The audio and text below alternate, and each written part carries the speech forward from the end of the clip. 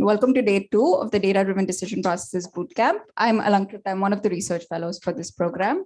And the overall theme for the day today is going to be reinforcement learning. So to start off, we have Professor Weina Wang from CMU talking about the fundamentals of Markov decision processes. Yeah, I think I have a microphone here. Yeah, thank you for the introduction. And also thank the organizers for putting together this great program. I'm really excited for this semester. So I'm glad to start the series of tutorial today. What I'm going to cover in the first part, which is the first hour, are the very basics of Markov decision processes. So I know many of you in the audience are experts, so this is going to be a little bit slow for you, but I'm hoping to put everyone on an equal footing here. Okay, so let's get started. So what is an MDP? I'm going to just write on my iPad. This is something I learned during the pandemic. Okay, so let's first look at an example. So we are playing a game which I call Simple Mario Party. I don't know how many of you have played the Super Mario Party on Nintendo Switch, which is a good game to play with your friends.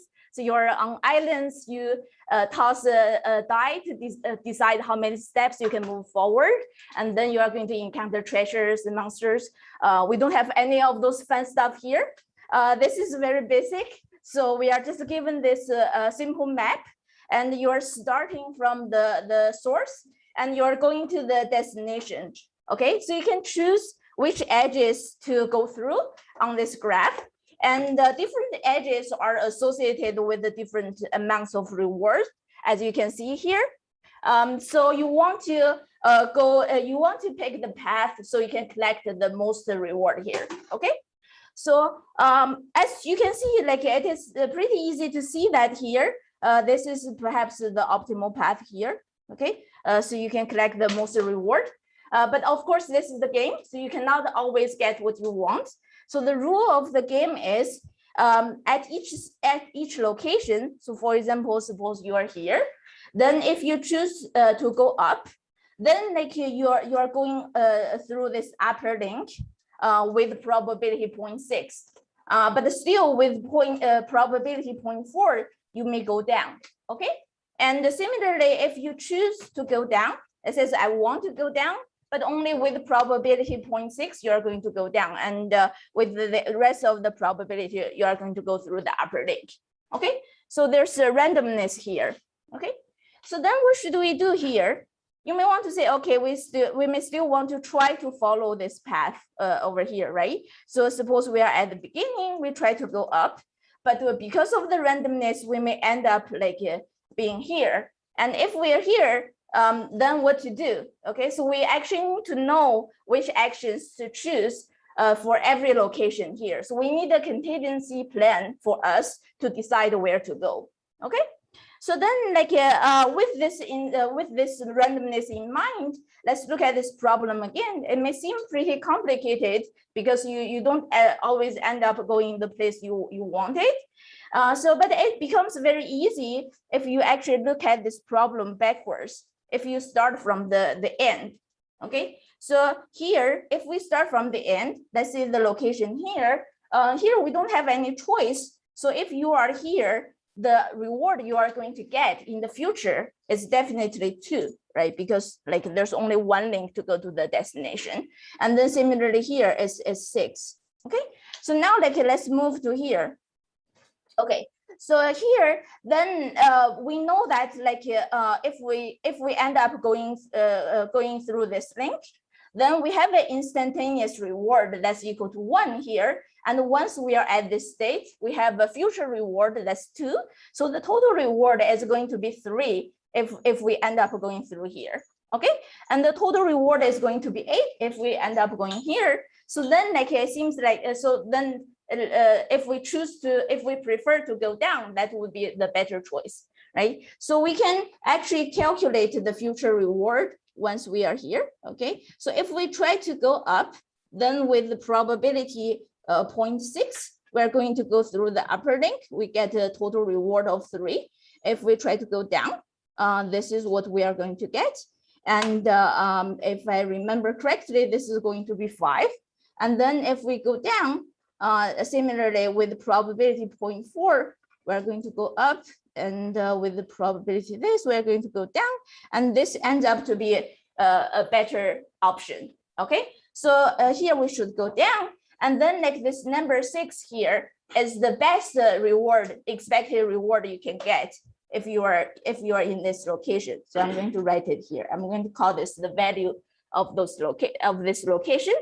Okay, and similarly we can see like here is 8, and then like once we are here, now again like we can try to decide, and the immediate reward on the upper link is higher, but if we go to this location here, then the total reward is actually going to be lower. Okay, so the better option is actually to go down. It's different from the deterministic path.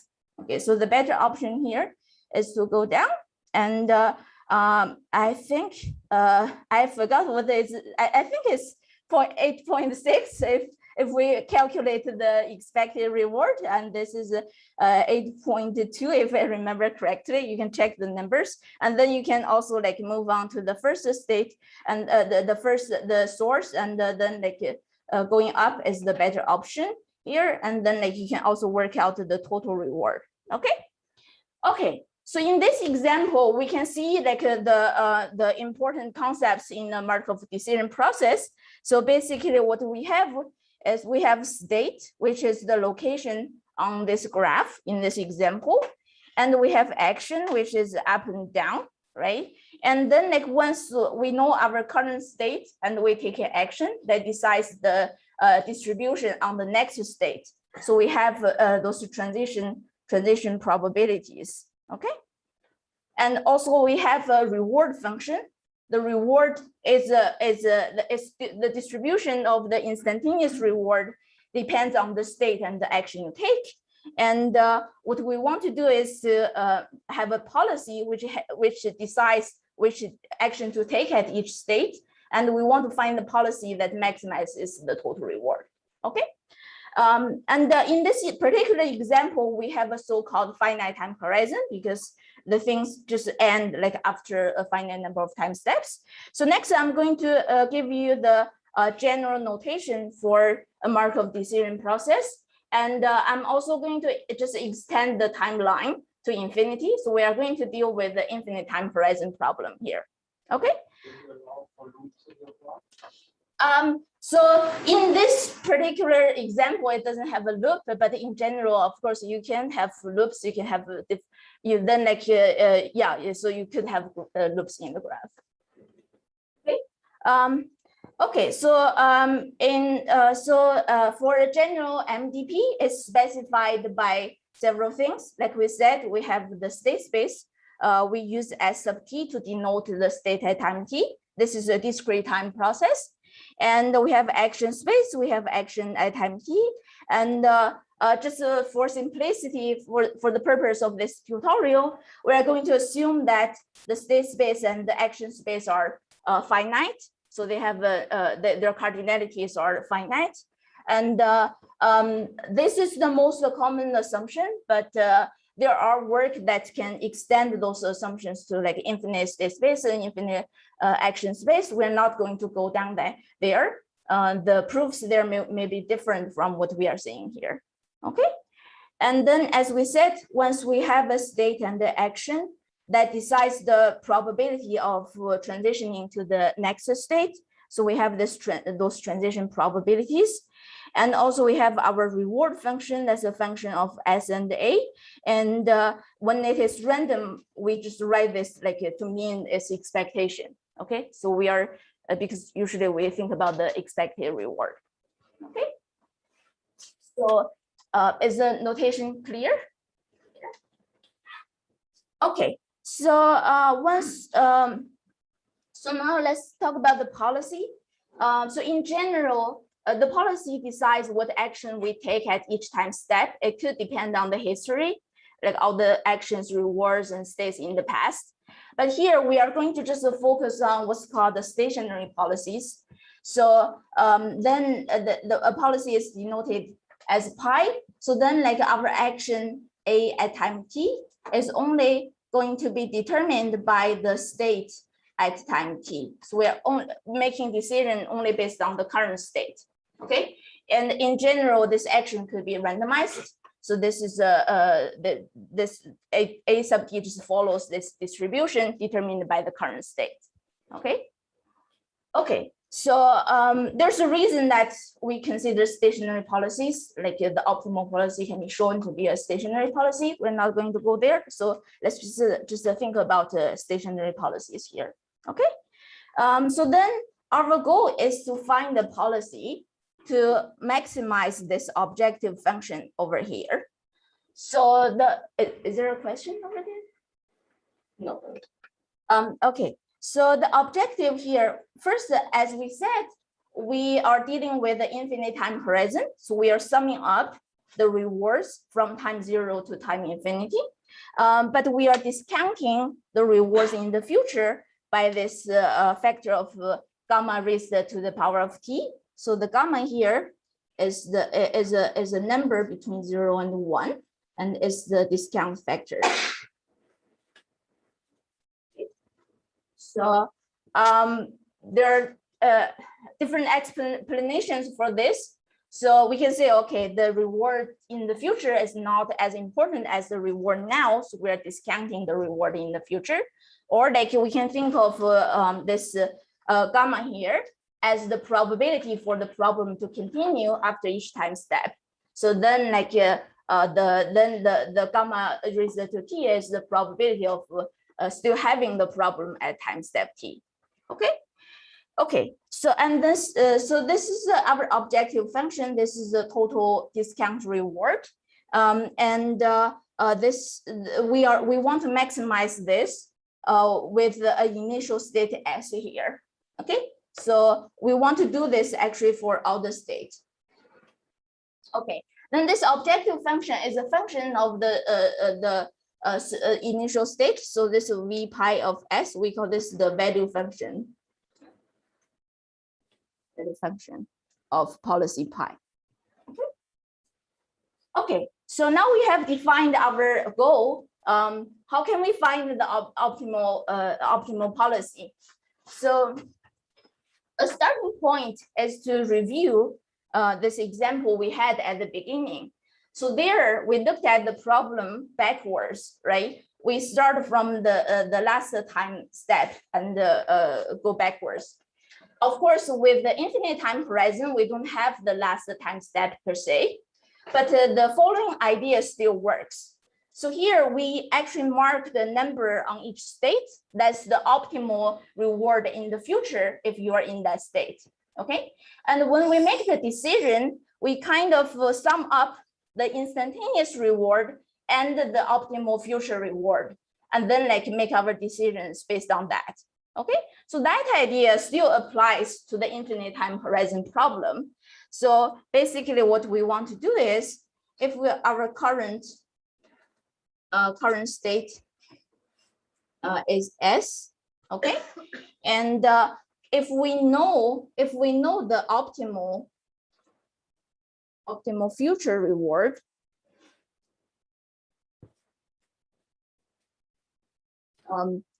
of each state, so we call that V star of a state. Let's call it S prime. So this is like for all the S prime in the state space. Okay. So then what we want to do is we want to look at each action, and then like if we take action A, this is the instantaneous reward, and then we have the future reward, right? If we end up in state S, let's say the state in the S is our initial state. This is like initial state. And we want to look at our state in the next time step, okay? And once we take action A, this gives the distribution. Sorry, this is A. This gives the distribution of the next state, so we can take the expectation of that, and we need to discount it by a factor of gamma. So then this is the overall, the total discounted reward if you take action A, right? And then like if we maximize over this, maximize over A, then this should be our best option, and this should be the optimal reward, optimal total reward. And again, because we've already denoted the total optimal, the optimal total discounted reward as V star. So this actually should just give us back V star of S, because now we start from state S. Okay, and this should be true for every S. Okay, so what we just did was we just wrote down a series of equations for this function V star, right? So the V star is the optimal, we call this V star optimal value function. It's the optimal future reward. And then this equation is the well-known Bellman equation, or like the dynamic programming equation. Okay. Okay. So yeah, we just derived this based on our intuition. Is this correct? It is. So it can be proved in this theorem, which says the optimal value function V star indeed satisfies the Bellman equation. And then like when we do this maximization here, if we take the maximizer at each state, that gives us the optimal policy pi star. Okay. So yeah, so we are assured that like the Bellman equation indeed is true, and I'm going to skip the proofs here. Okay, so now let's see what we can. So now we have this equation. Oh, I guess I need to mention one more thing. Okay, so you say you're going to give the proof, or just not. I'm not going to give the proof. Can you give us a hint what is missing between your heuristic and the proof? Yeah. So so for so. Go back to the heuristic and show us where it's, so what is missing to make it a proof.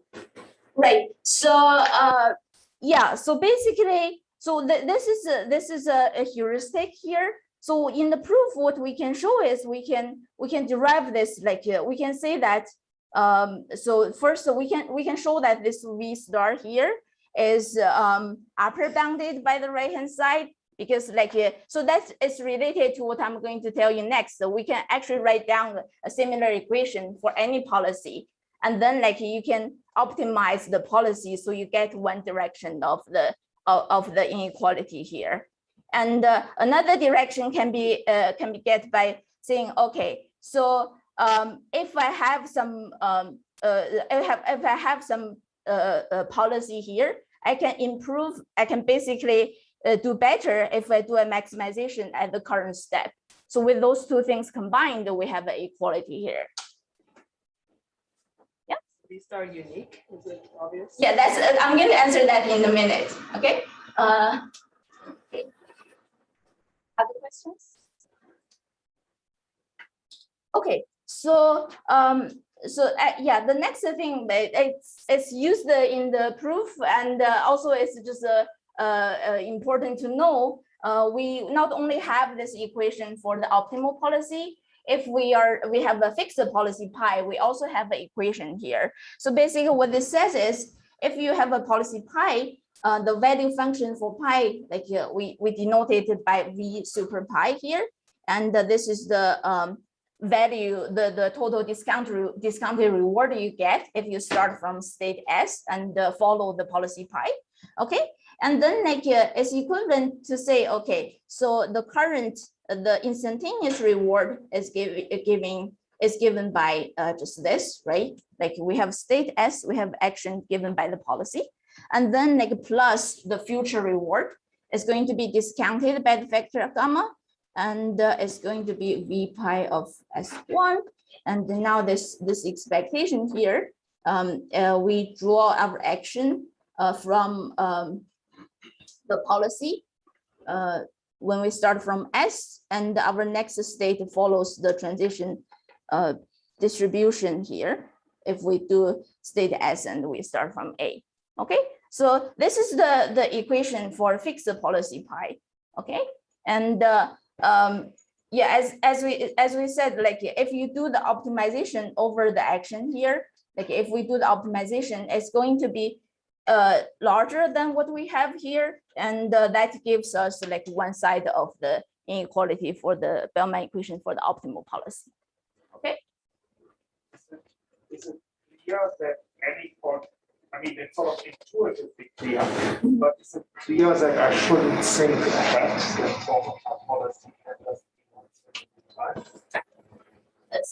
So is it clear? Sorry, I didn't get the question. well, it's sort of clear because this whole thing is set up as a Markov chain. But, you need to prove that actually there might not be a global policy which is better than just thinking the next step ahead. So although it's just the next step, but this thing here already encompasses all the future information here. So if we are using the optimal in the future, then like this one step is already optimal. Let me ask it differently. This is infinite state. Right. And it could Then, be, yeah, then that could be a little bit that different. there's sort of two different states of the world. And that I can't see it locally, but if I took a global view, I would realize, oh, if I choose this path, I will more likely end up in this state of the world. If I do this path, I end up more likely in that state of the world. And could that break the Markovian thing that you actually can't just formulate policy by what do I do type state S or to the next state? So that is like that phenomenon, you can already see that at the beginning of the example. So like if you here, like if basically what you're saying is like if you can see long enough in the future, you may want to choose between if you are here, you may want to choose between those two states. And although like currently this one is not good enough, the instantaneous reward is not good enough. But in the future, this is a better location because in the future it's going to be pretty good. So that's already like kind of encoded in the value function. No, I'm asking a stupid question, which sort of is counterintuitive. And it's assume I'm in state S. Would it be that there should be a policy that if I was 3 steps before in state S prime, I should do something different than I was 3 steps before in state S double? There would be 2 different states that you're in. Like you could encode the state that you're in. If you made one decision 3 steps ago, it would be a different state from where you are right now. If you made a different decision. So Christian, so it is your whole history up to that point. If you are Markovian, then you don't. Yeah. And then what I'm saying, don't you have to prove that You have to prove you don't need that? So you have to prove that restricting to a stationary policy is without loss. And in fact, this is the semi-proof that she mentioned. So if you start from a non-stationary policy, you can locally improve that, get the stationary policy that we have here. And the stationary policy is the one that pi doesn't change over time. Yeah, so there are like 2 steps to the proof. First, you can prove that you don't need to depend on the whole history. You only need to depend on the current state. And then there's another step of the proof which says you can do just the same thing for every time step. So it's stationary. So I actually skipped those. I was worried about the first step. Like the first step, I kind of skipped that. Yeah, we can talk more later. Yeah. Okay. Okay. So yeah, let's see where we are. Okay. So we just showed the Bellman equation, and we have the Bellman equation for fixed policy. Okay, so let's look at this Bellman equation. So how can we make use of this to give us the optimal policy, right? So naturally, we want to solve this to get our V star and then make our best policy out of it. And then to make this work, we need to answer the following 2 questions related to Jackie's question. So first, if we indeed find the solution, is it guaranteed to be V star? So is the solution unique? And the second question is like, how do we exactly get the solution, right? So to answer both questions, it's convenient to rewrite the Bellman equation in the following way. So if we look at the right-hand side of the Bellman equation, so basically we give the right-hand side a value function. In this case, it's the V star here, and it's going to output a function of the state. Right, so this is true for every state. So basically, the right-hand side takes a value function as an input and outputs another value function. Okay, so to make that clearer, let's say like since our state space is finite without loss of generality, we just index it in this way. okay? And then like a value function is a function of S. So we can think of this as just a vector like this. Sorry, V1 through VD, okay? And then we can like this right-hand side here, okay? So it takes a value function V star here, and it outputs, we call, sorry, this whole thing, including the maximization here, okay? So we are, when we are doing the outside, the right-hand side, we are applying operator T on our value function V star, okay? And this operator then is a mapping from this RD to RD, okay? And then like for any V in RD, the output TV is also a vector in RD. So if we look at the S value at S, it's basically just like the right-hand side, okay? So let me write it again. E of V, S1, S0 is S, S0 is V, okay? So this is all S, okay? So yeah, this is how we define this operator T. And then with this defined, we can just like rewrite the Bellman equation in the following way. So it's basically V star is equal to TV star. And when we want to solve this equation, basically we want to find the fixed point of T, right? Okay, so once we see it through this perspective of operator, sorry, good, yeah, question? S1 is the state at the time step 1. Okay, so we are like, let's say our initial state is S, then like S1 is the next state. Its distribution is determined by your current state and your current action.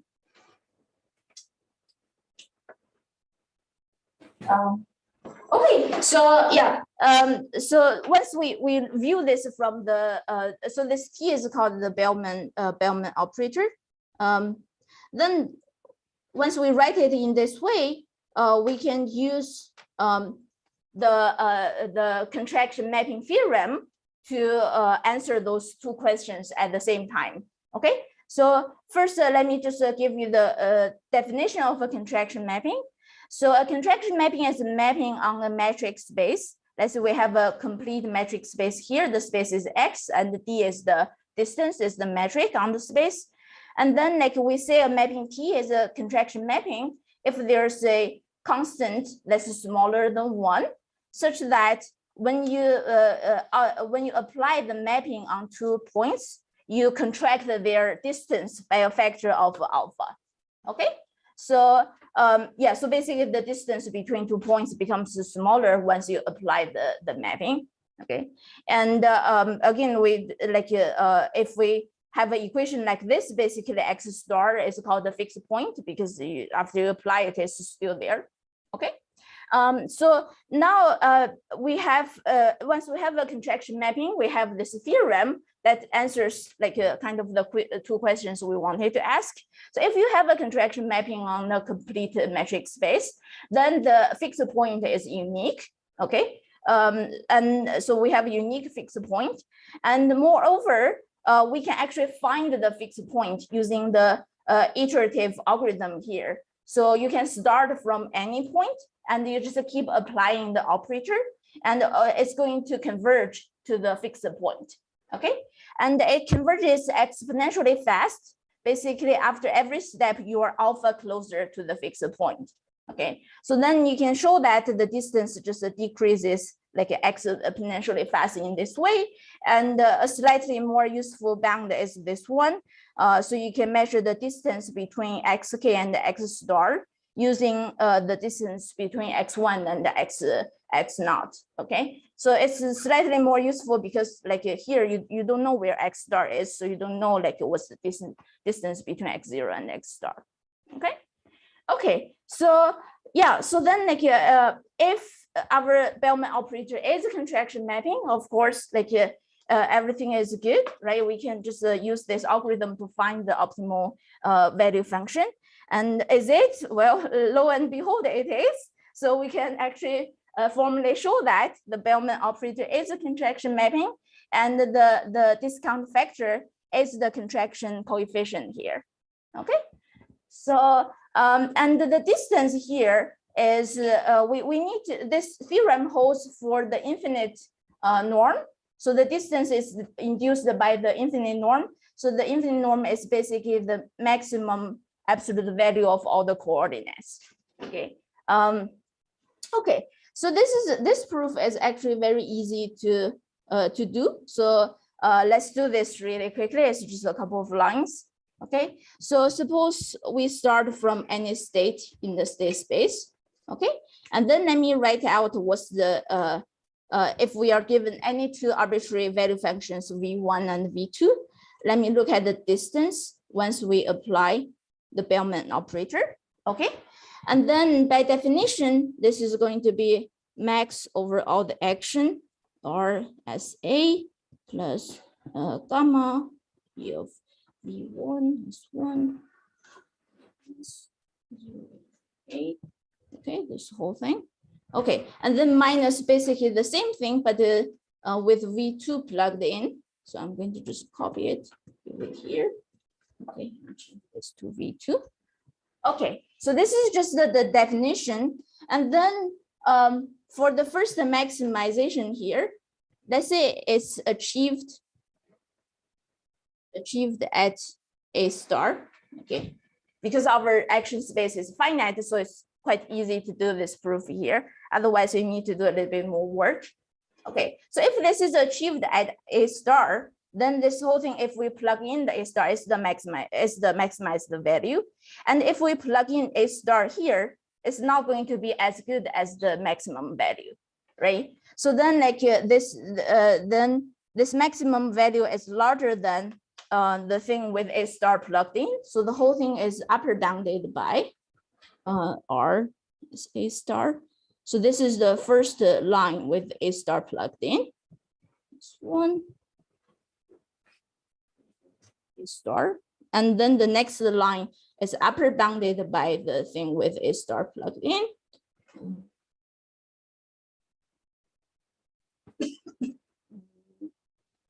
Like this.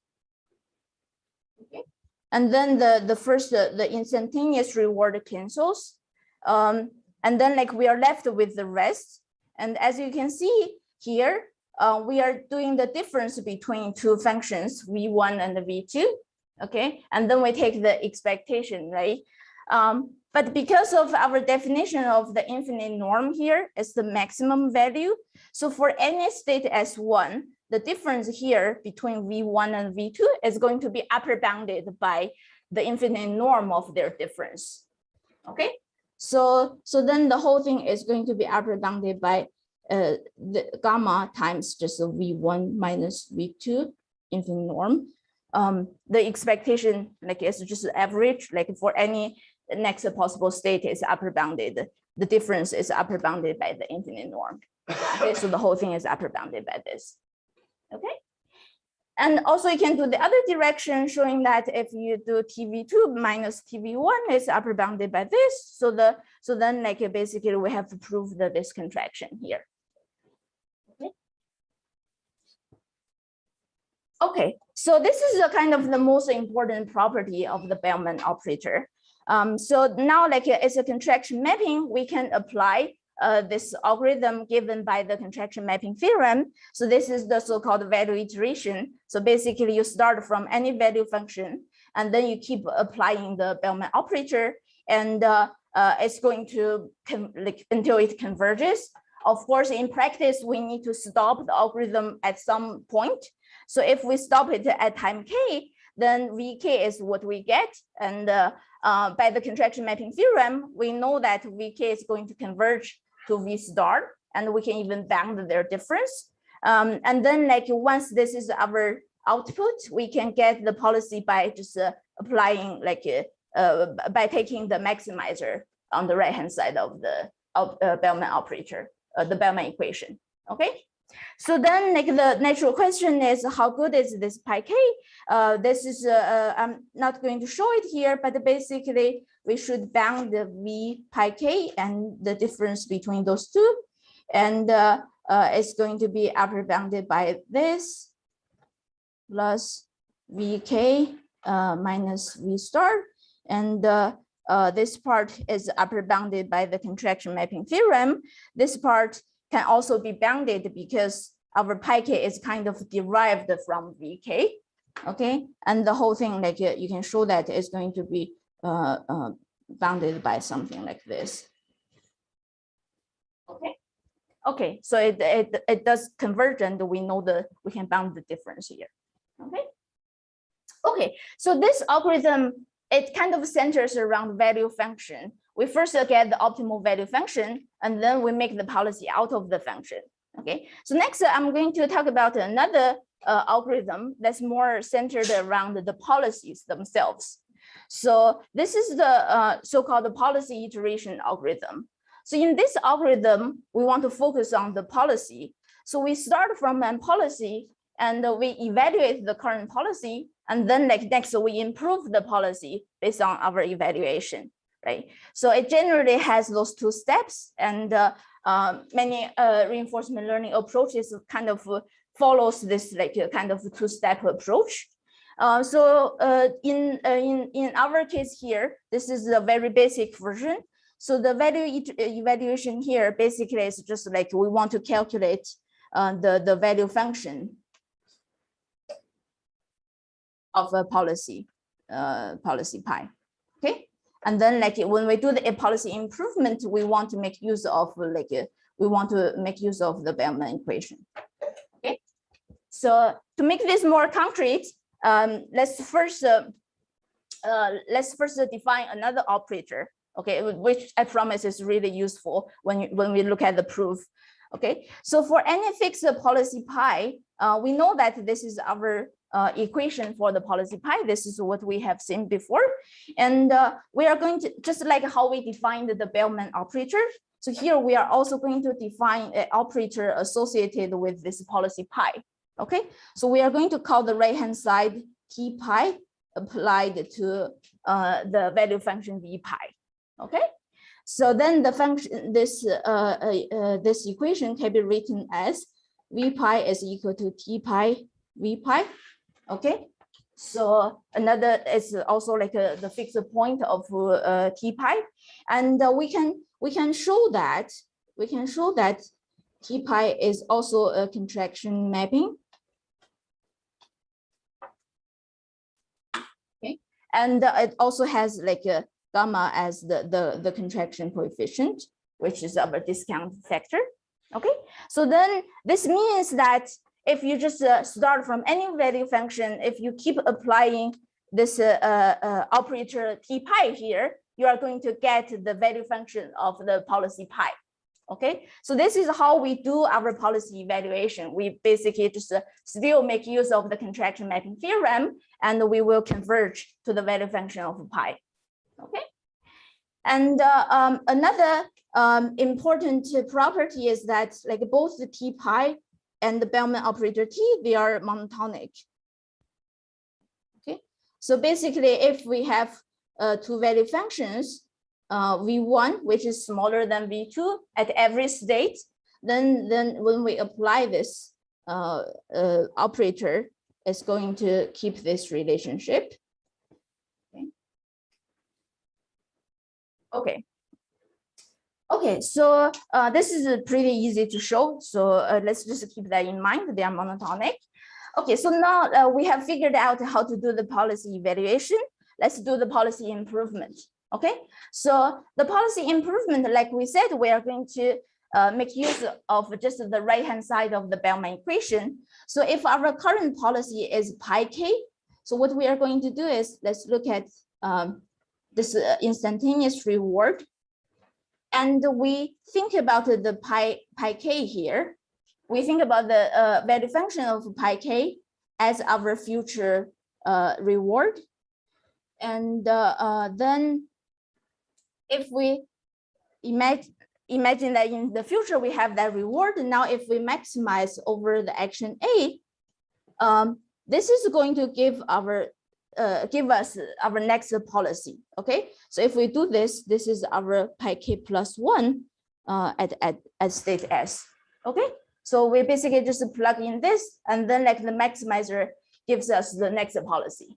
Okay, so if we look at this, then basically the property we have here is that on the right hand side, we are just applying the Bellman operator to the value function v of pi k, because we are doing the maximization, right? So this is just the Bellman operator applied there. Okay, and because this is how we defined our policy pi k plus 1, so basically what we have is like when we take the maximizer, it's going to, if this is achieved at A star, that A star is the action we are going to take based on pi k plus 1, right? So that means the right hand side also is the Bellman operator of the operator associated with pi k plus 1 applied at this value function. Okay, so this is the property we are going to need in the proof. Okay, so yeah, you're going to see this again. Okay, so now let's put everything together. So this is just a repetition of what we have seen so far. We start with any policy. We evaluated the policy by computing its value function, and then we update the policy in this way, and we keep doing this until we converge. Okay, so does it converge? We have this theorem that shows that it's going to converge within a finite number of steps. Okay, so basically the theorem says after every step, we actually indeed improve our policy. Okay, so the value function becomes larger at every state. Okay, and if it doesn't improve anymore, then we have then the policy is already the optimal policy. Okay, so because we assume a finite state space and finite action space, the number of possible policies is actually finite. So then like with those two properties, then like we are going to just converge within a finite number of steps, right? Like every step we eliminate one. So the number of policies better than the current policy decreases, right? Okay, so let's see a quick proof of this theorem. Like we said, the core of the algorithm is the policy improvement step. And the improvement step, like we said, we have this equality here. This is just given by how we do the policy improvement. Okay. And now because we are doing the Bellman operator, right? We are picking the optimal action. So that's going to be better than the action you pick according to pi k. Okay, so if you pick action according to pi k, then the total reward you are going to get is just the value of pi k, right? So this is going to be larger than v of pi k. Okay. Okay, so this is kind of the inequality we are going to make use of. So we have this, and then like we have the monotonicity. So if we apply pi k plus 1 again, okay, pi k plus 1, pi k, it's going to be larger than this. Sorry, pi k plus 1, b pi k, okay, and then like which is larger than this, right? So because of the monotonicity, and we can keep applying this operator here. Okay, so then what we are going to get is this. If we apply it n times, then what we have is this, right? And then if we take n goes to infinity, then as we said, like this operator associated with any policy is a contraction mapping. So when we take n to infinity, no matter where we start, what we get is going to be just the value function of this policy, which is the policy pi k plus 1. Okay, so then this is going to converge to v pi k plus 1. Okay, so then we get our improvement here.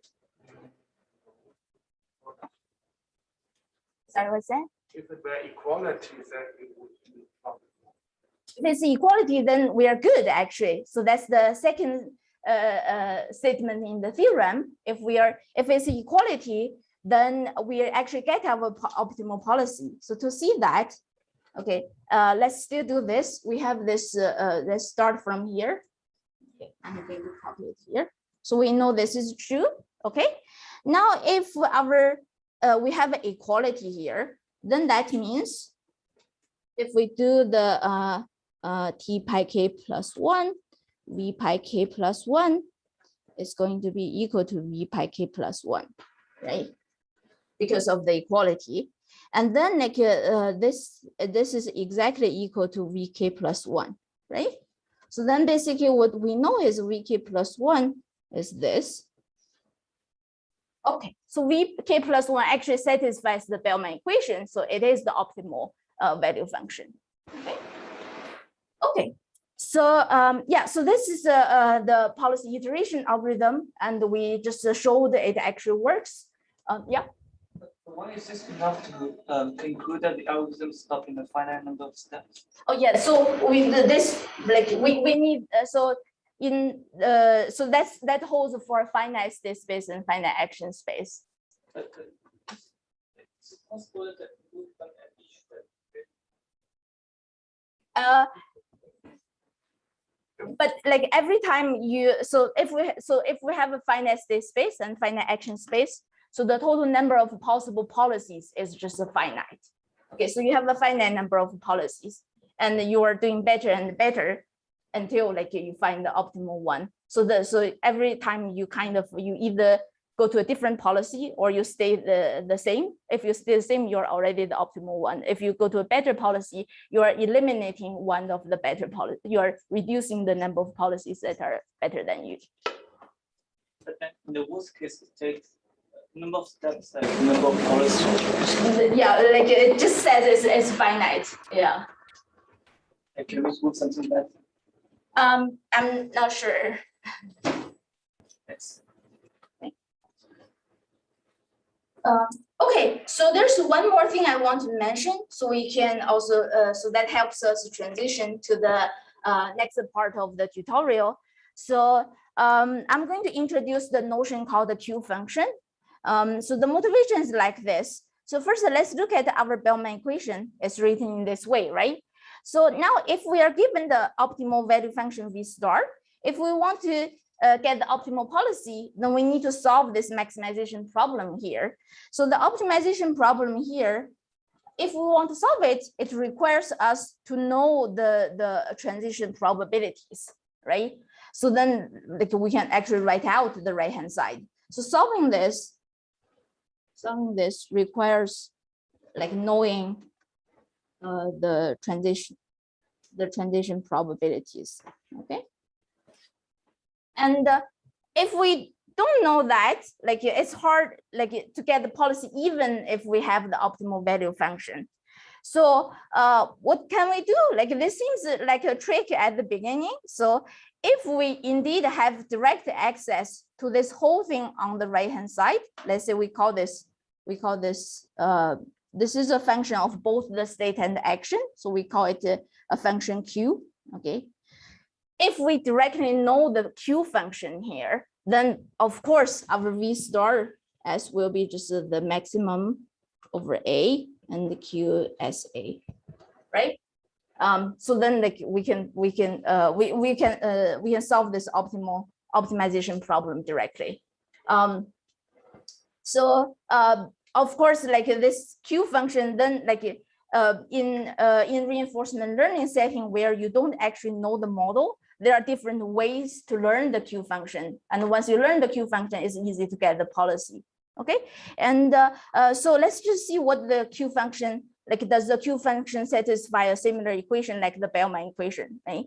It's actually quite easy to see based on the definition of our Q function is this R S A plus gamma, this here. And then we can replace the V star with the Q function. So it's going to be max A Q, let's call this A prime as A prime, okay, and then times the transition probability. Of course, like if you directly look at the right-hand side, if you want to evaluate it, it still needs the probabilities, but there are other ways to learn the Q function in reinforcement learning. Okay. So this is actually this is called the optimal Q function. What does it mean? So basically, it means that it is the total discounted reward if you take action A at the current step, but you take the optimal policy in the future. Okay, so all the future actions follow the optimal policy except for the current step. The current step you take action A. Okay, so that's the meaning of the Q function. And if this is the optimal policy, this is the optimal Q function. So similarly, we can define the Q function associated with the policy pi. So this is going to be the so Q super pi here. This is going to be the total discounted reward if you take action A at the current step, but you take the take actions according to the policy pi in the future. Okay, so in the future, the value you get is like this. Okay, and then like there's also a relationship between the Q function associated with pi and the value function for pi, because like the difference is just in the current step. So if you indeed take the current action based on your policy, then again, like the total discounted reward will be the total discounted reward of the policy pi, right? So then that means if we take the Q function here, okay, and we do the expectation by saying, okay, A is drawn from the policy pi. Okay, so then this should give us our V pi of S. Okay, so yeah, this is going to be useful in the next part of the tutorial. Okay, yeah, so with this, yeah, this is the last page of my note. I don't have a conclusion page. So I'm going to just stop here. Any more questions? Yeah. So what does Q stand for? I don't know. Really quality. What is it? I think it's quality, but it's unclear. Yeah. It might be then- quantity.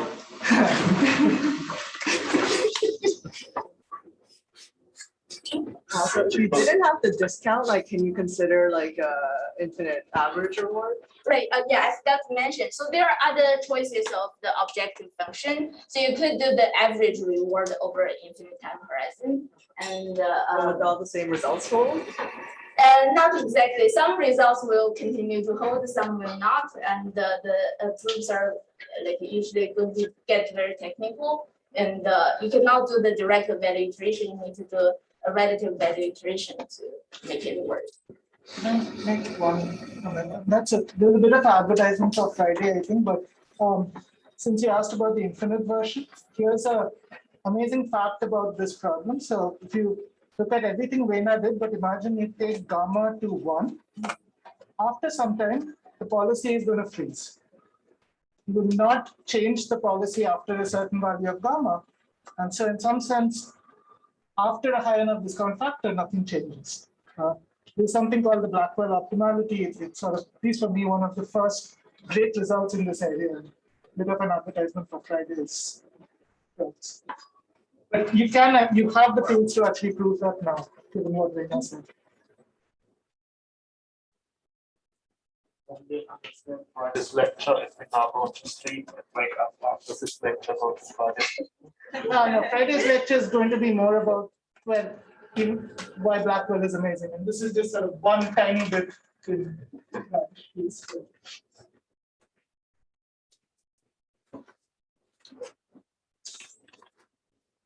You mentioned that with this Q function, we're bypassing the probabilities, but it's not explicit from this formula. Is there any intuition as to what we gain from looking at this problem in a kind of model-free way? Right. So yeah, if you look at the Q function, so that can be directly estimated from your data traces, for example. So then, like that way, you kind of estimated based on like the state's action transition, the state transitions you can see from the data, and then like then you can directly learn the Q functions. And why is that different from the value function? Like what? Just by looking at these equations, that's not obvious to me. Yeah, I mean, it just like lets you get the policy more directly. Yeah, I guess like Shrikant may have more insights on this. What was the question? Sorry, I didn't hear. Okay, so why, just from this transformation, we can see that modeling the Q function might be useful for me not to have to learn these probabilities underlying probabilities.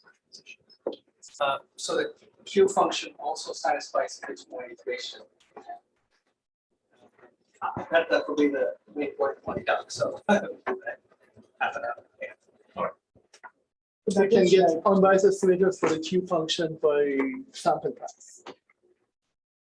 For value function, you need to do an optimization on top of that. That's one reason. As an aside, with a fixed Q function, you can have many different MDPs. You don't need to learn this. You will still take the same policy. So it's really depending on equivalence class of the MDPs. So you cannot swap the max and expectation, so it's not easy to get an unbiased estimator for the value function. But for the Q function, you can just look at the sample pass. There's a max too there. Yeah, that's the equation for Q function, but this step doesn't need an expectation there. Yeah. No. Okay. For the, I'm talking about the Q of pi. For the Q of pi, Nice. for that one, you can just like take the sample path, and that gives you an unbiased estimator. Even for V of pi, still Here's a max. max reaction. Okay, I guess it's time for the coffee break. Thank you, everyone. So V of pi. For V of pi, That won't be unbiased. It's very nice. V of pi doesn't have max. Yeah,